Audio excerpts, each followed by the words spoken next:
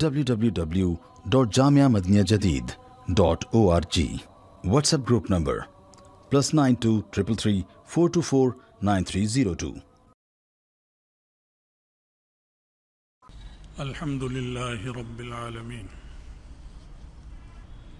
والصلاة والسلام على خير خلقه سيدنا ومولانا محمد وآله وأصحابه أجمعين. أما بعد، رسول اللہ صلی اللہ علیہ وسلم ہم سب کے لیے نمونہ ہیں، اسوہ ہیں، یعنی ہم ان کی نقل کریں اور پیروی کریں۔ اب انسانی زندگی تو بہت سارے معاملات پر محیط ہے، اس میں گھریل کے اندر، گھر کے باہر، چھوٹوں سے معاملات، بڑوں سے معاملات، غیروں سے اور رشتہ داروں سے سب آ جاتے ہیں، تو سبھی معاملات میں پیروی کریں۔ اسی لیے رسول کی جو سیرت ہوتی ہے وہ نشر کی جاتی ہے، چھپائی نہیں جاتی۔ دنیا کا کوئی بھی بڑا سے بڑا لیڈر اور قائد ہو، اس کے گرد پر اسراریت کا ایک دائرہ ہوتا ہے بنا ہوا، حلقہ، اس سے آگے نہیں جاتا، جانے ہی نہیں دیا جاتا، چاہے وہ عرب کے لیڈر ہوں چاہے عجم کے ہوں۔ کافروں کی تو بات الگ ہے،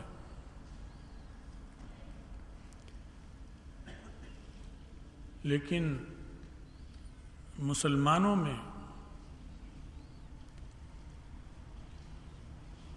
چاہے وہ نیک ہو یا بد ہو،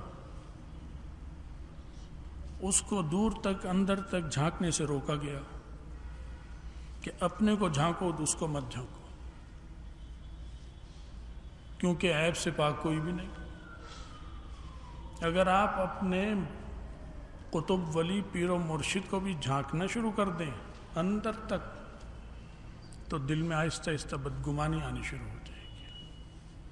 عیب سے پاک کوئی بھی نہیں ہے۔ اس لیے انسان چاہتا ہے کہ مجھے کوئی نہ جھانکے، اس حد سے آگے نہ آئے۔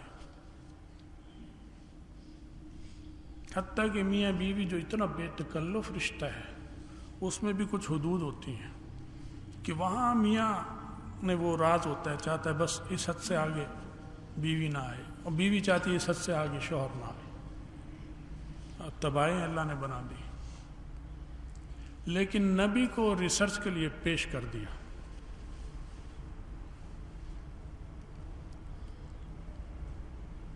اور قرآن نے جس نبی کا ذکر قرآن میں آیا خوب کھل کر واضح ہے، اور رسول اللہ صلی اللہ علیہ وسلم کو تو اسوہ قرار دے دیا۔ لقد کان لکم فی رسول اللہ اسوۃ حسنہ، قرآن نے ایک ضابطہ بتا دیا کہ رسول اللہ صلی اللہ علیہ وسلم تمہارے لیے اسوہ حسنہ ہے،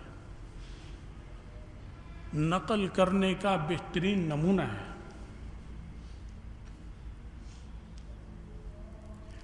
تو وہاں پر فرمایا ریسرچ کرو، ان کی زندگی پہ پی ایچ ڈی کرو، اور زندگی کے ہر پہلو پہ کرو، اندرون خانہ ہو، بیرون خانہ ہو، حتیٰ کہ میاں بیوی کے تعلقات اور مراسم ہوں، ان پر بھی ریسرچ کرو، کیونکہ کوئی ایسی چیز ہے ہی نہیں جس پہ انگلی اٹھائی جا سکے۔ جتنا گہرائی میں جاؤ گے عقیدت بڑھتی چلی جائے گی، محبت اور فریفتگی بڑھتی چلی جائے گی۔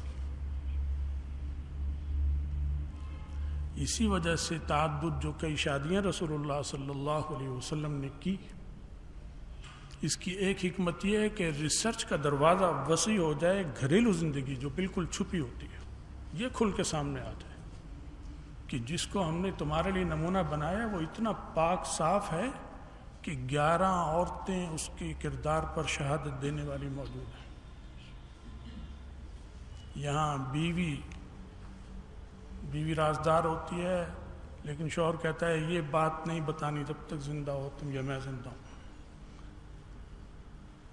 بیوی کو کہتا ہے, بیوی شوہر سے کہہ دیتی ہے. رسول اللہ صلی اللہ علیہ وسلم نے نہیں کہا.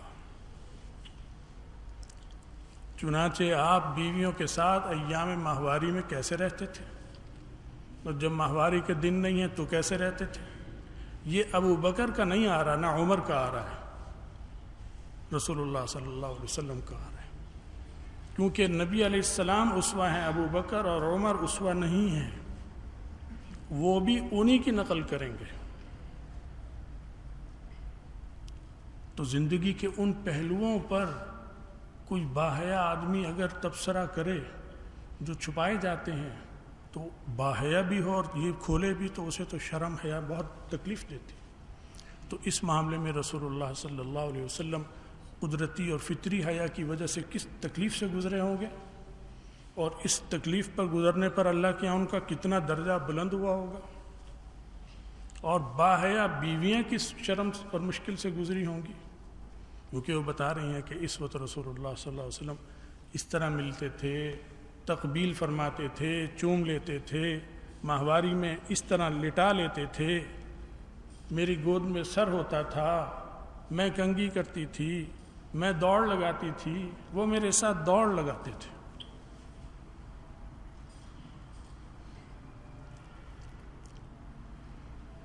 تو جس حد تک ضروری ہے اس حد تک میاں بیوی کے معاملات جو عام آدمی نہیں کھولے گا, نبی کے کھولے, عام آدمی کے نہیں. کیونکہ ابو بکر کے کھولنا بیکار تھا, فائدہ نہیں تھا, کیونکہ اسوہ رسول اللہ صلی اللہ علیہ وسلم تھے, انہوں نے بھی انہی کی پیروی کی. اس لیے کہیں نہیں ملے گا کہ ابو بکر, عمر, عثمان کی بیویوں نے کہا ہو کہ ماہواری میں عثمان یہ کرتے تھے, اس طرح ملتے تھے, اس حد تک ملتے تھے, اس حد تک نہیں ملتے تھے.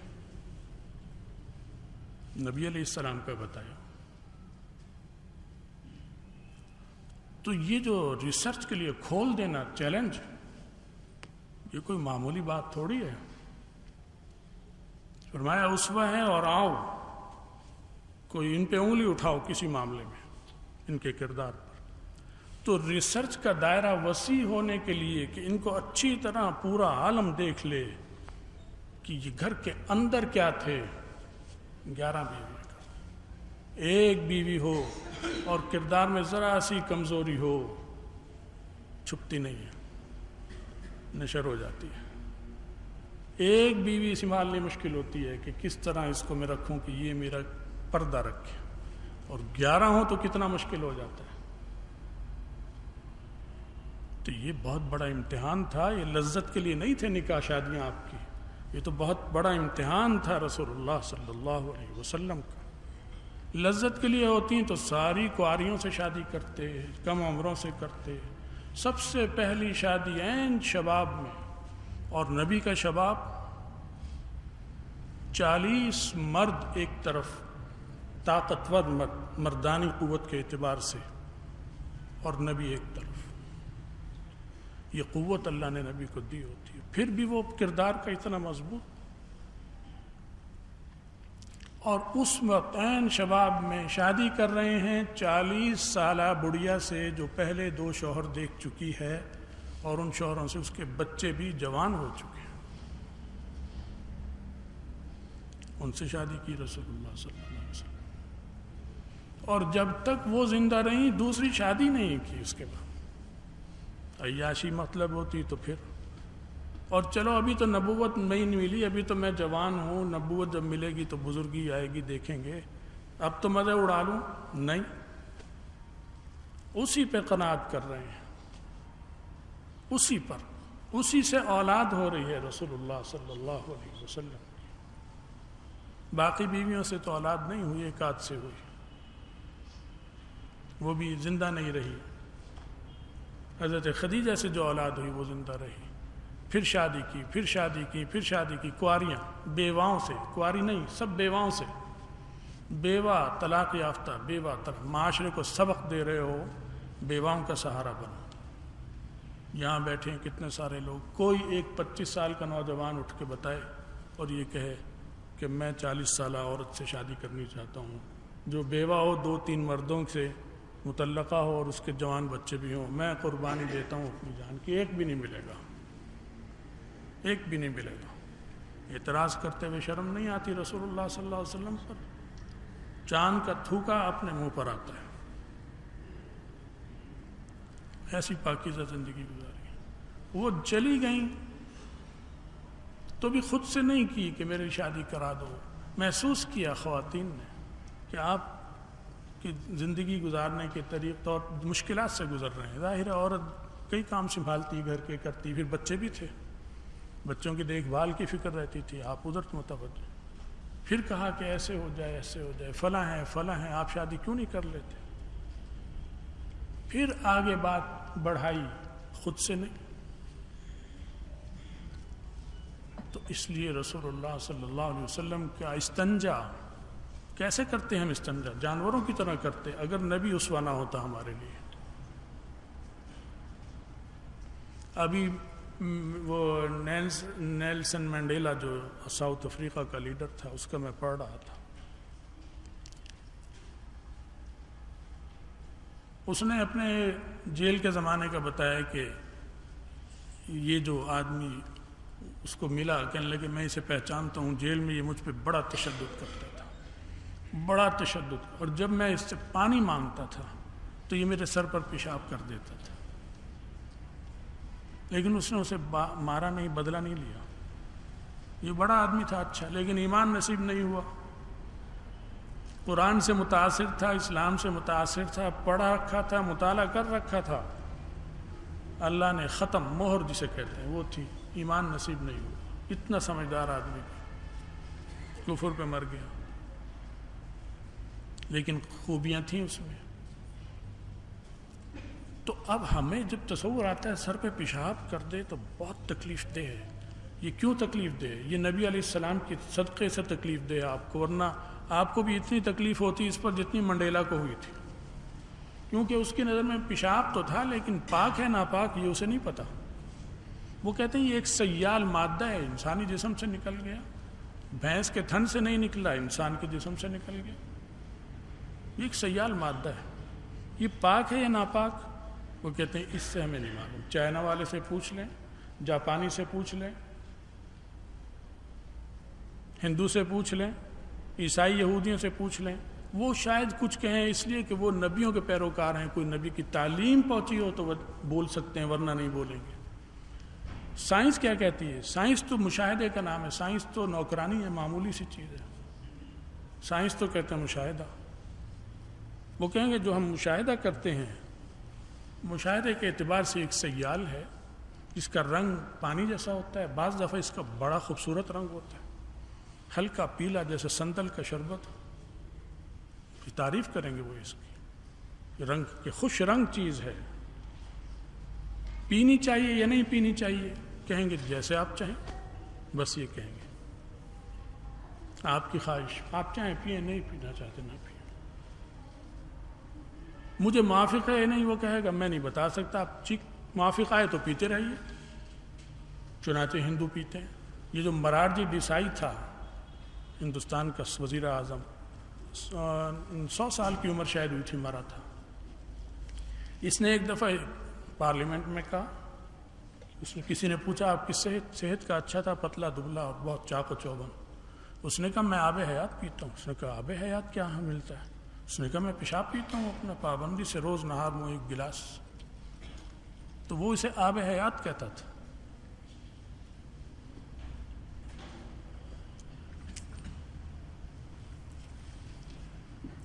جب اس نے کہا تو اور لیڈر جو بیٹھے تھے جو شرما شرمی بتاتے ہی نہیں تھے، انہیں بھی انہوں نے کہا یہ ہم بھی حضرت پیتے ہیں، یہی آپ کے پیروکار ہم بھی بیٹھے، ہم بھی یہ پیتے ہیں آب حیات۔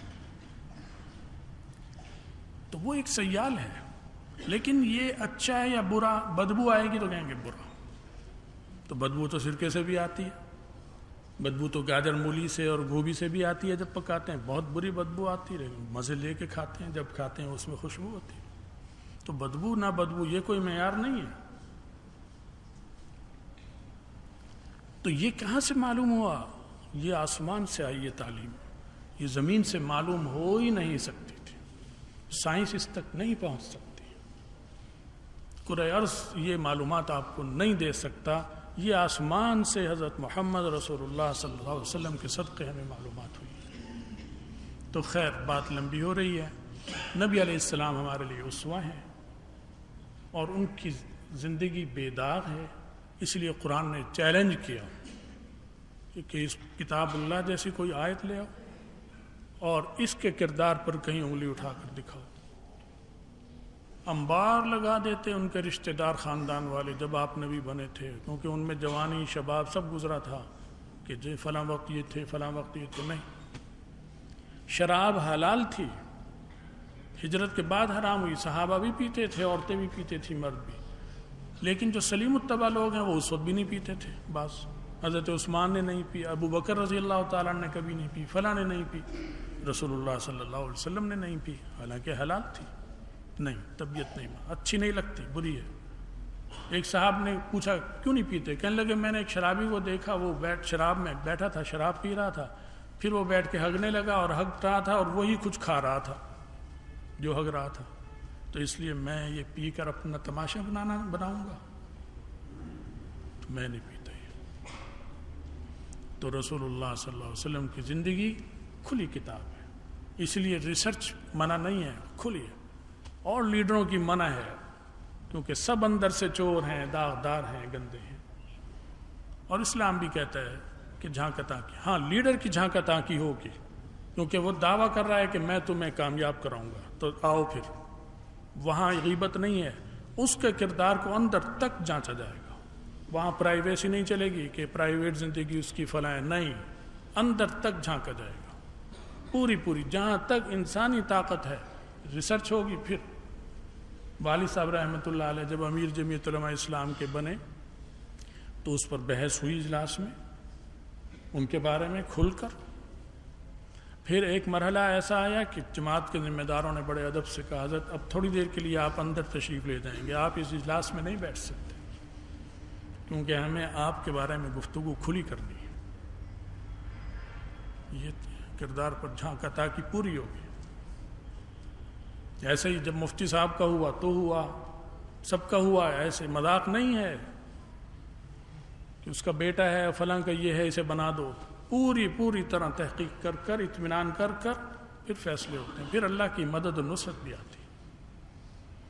بہرحال بات لمبی ہو گئی، اللہ تعالی ہمیں حضرت محمد رسول اللہ صلی اللہ علیہ وسلم کے طریقوں کو اپنانے کی اور ان سے صحیح محبت کی توفیق عطا فرمائے، ہمارا خاتمہ ایمان پر فرمائے، آخرت میں رسول اللہ صلی اللہ علیہ وسلم کی شفاعت اور ان کا ساتھ نصیب فرمائے۔